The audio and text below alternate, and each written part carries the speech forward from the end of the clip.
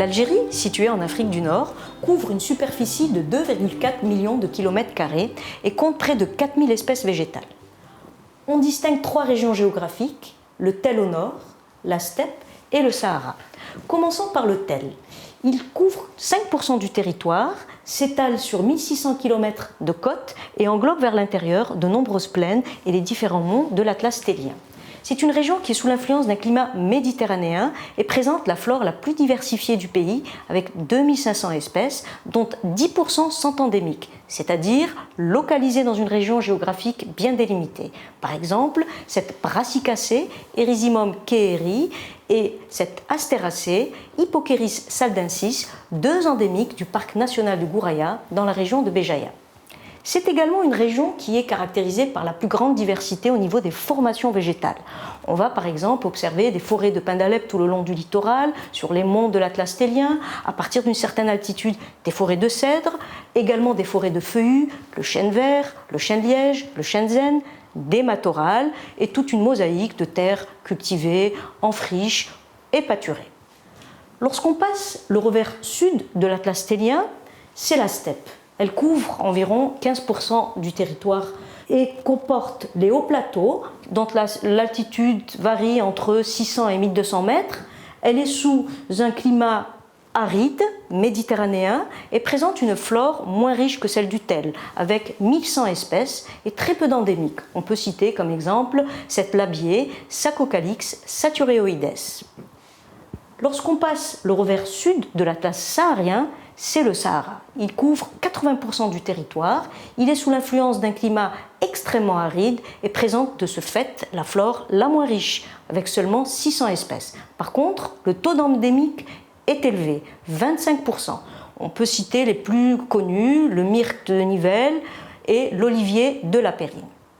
Alors pour illustrer cette vidéo botanique pour l'Algérie, nous avons choisi de filmer 2 sites dans le Tell. Il s'agit d'un site côtier à Tipaza et d'un site montagneux dans le Durdura à Tijdá.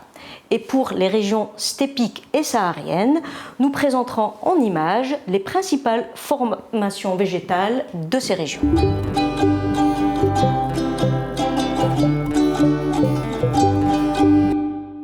Nous sommes ici au pied du mont Chenois, à environ 75 km à l'ouest d'Alger, ce mont Chenois qui plonge dans la Méditerranée et qui est couvert d'une végétation typiquement méditerranéenne. C'est la forêt de pins d'Alep.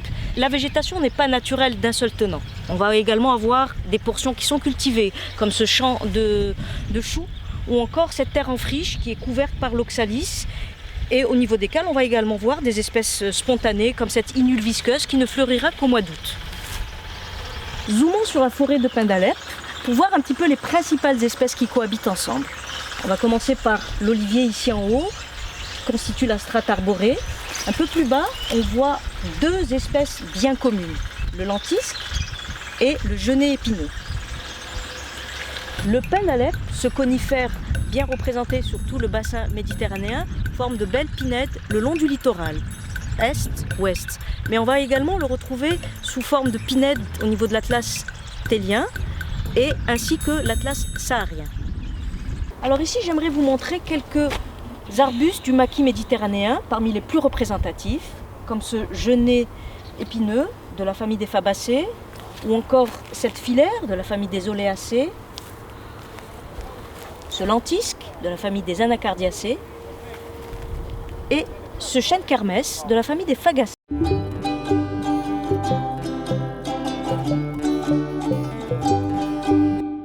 Nous sommes ici sur le site du tombeau royal numide dans la région de Tipaza. Vous pouvez voir au fond les montagnes de l'Atlas tellien et au centre une des nombreuses plaines du Tell, la fameuse plaine de la Mitidja. Au premier plan, vous pouvez voir une pinède où le pin d'Alep est accompagné d'un autre conifère, le Thuya de Berbérie.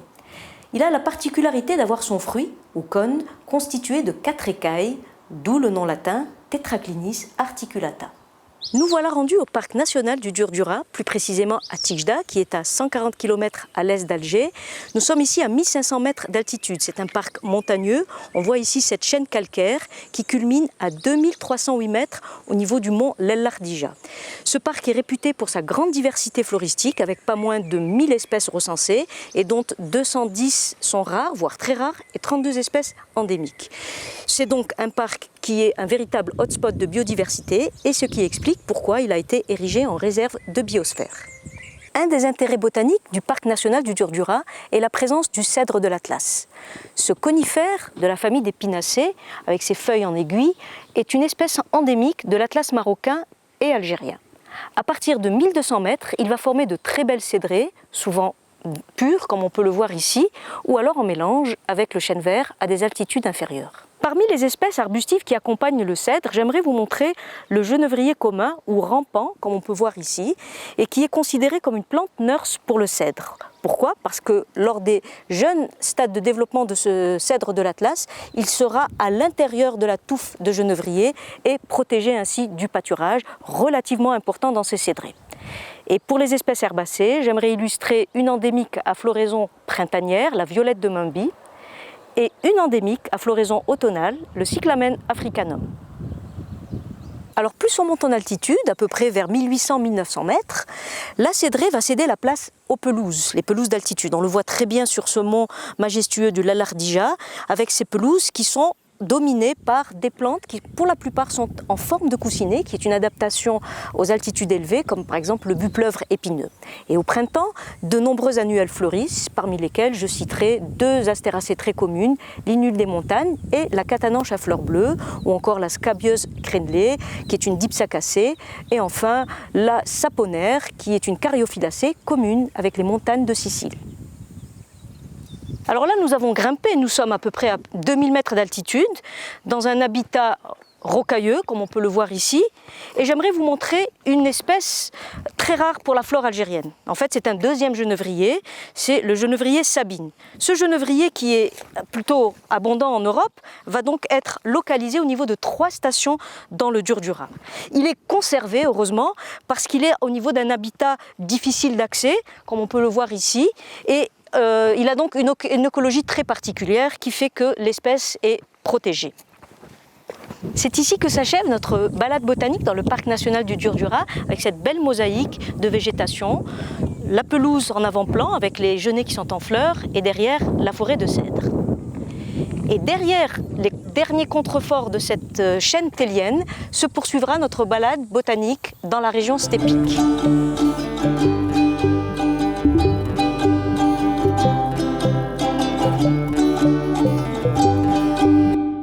Au sud de l'Atlas télien commence la région steppique, où la végétation devient plus clairsemée et elle est représentée par des plantes basses. Une des formations végétales les plus caractéristiques est la steppe à alpha. On peut également observer des steppes à armoises blanches et qui sont particulièrement appréciées par les moutons. C'est d'ailleurs la formation steppique qui subit le plus la pression du pâturage. On observera des steppes dégradées où dominent des plantes très peu broutées, comme ce chardon de la famille des astéracées. Au printemps, lorsque les pluies sont suffisantes, une flore herbacée se développe, et où dominent encore les astéracées, comme Rechardia tingitana, les brassicacées, avec Eruca vesicaria, ou encore des fabacées et des poacées. Les arbres sont absents de ces terrains plats et monotones, sauf le pistacher de l'Atlas, que l'on trouve soit au niveau de vastes dépressions appelées daya, ou au niveau de la rocaille de l'Atlas saharien. Et c'est d'ailleurs au niveau de l'Atlas saharien que l'on peut observer de belles forêts de pins d'Alep. Ces arbres sont en mélange avec l'alpha. C'est pourquoi on parle de steppe arborée.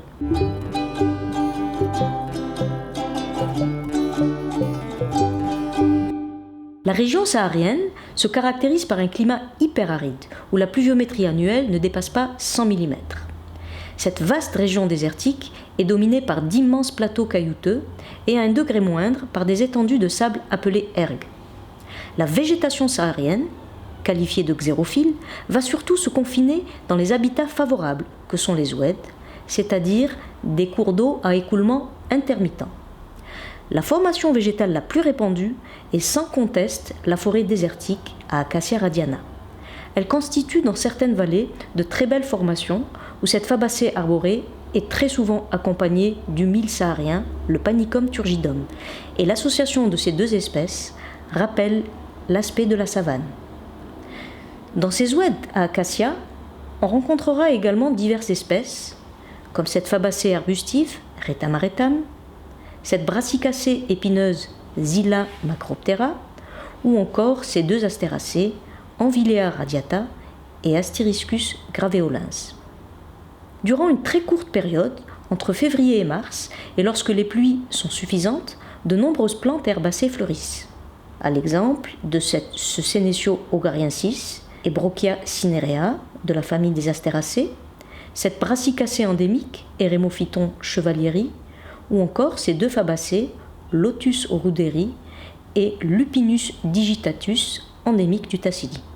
Et pour finir, un arbre remarquable au Sahara, le cyprès du Tassili. Ce conifère multiséculaire est endémique des plateaux du Tassili dans les hautes montagnes sahariennes. On estime sa longévité à près de 7000 ans et il est de ce fait le témoin d'un passé très humide.